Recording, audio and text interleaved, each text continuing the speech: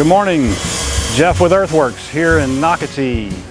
We are in the process of renovating this new house landscape. They were given the builder grade landscape and they wanted to go a little bit further with that. So after our consultation and the drawing, we came up with a plan that incorporates everything that the homeowner wanted, including a patio, a water feature, and an English style garden. So let's go take a look. It's got good flow around the top of it. I guess they turned it down because I had it like this yesterday. I guess she likes it better than this. She's not diving so much.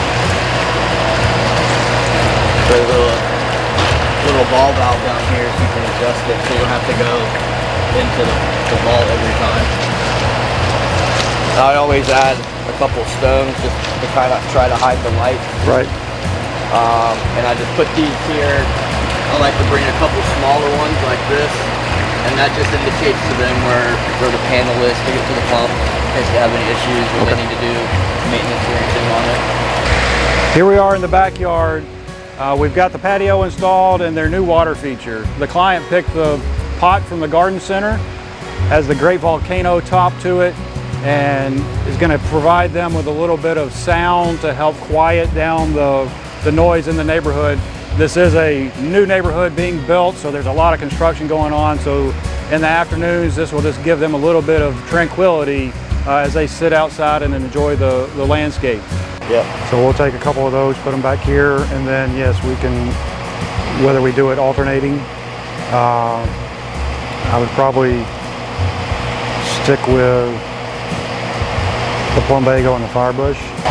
The overall design the client wanted was an English style garden. Being from the south of France, she loves just having full plants and lots of color throughout the year. So here we are midstream of the install, so let's go take a look and see what it looks like in the finished stage.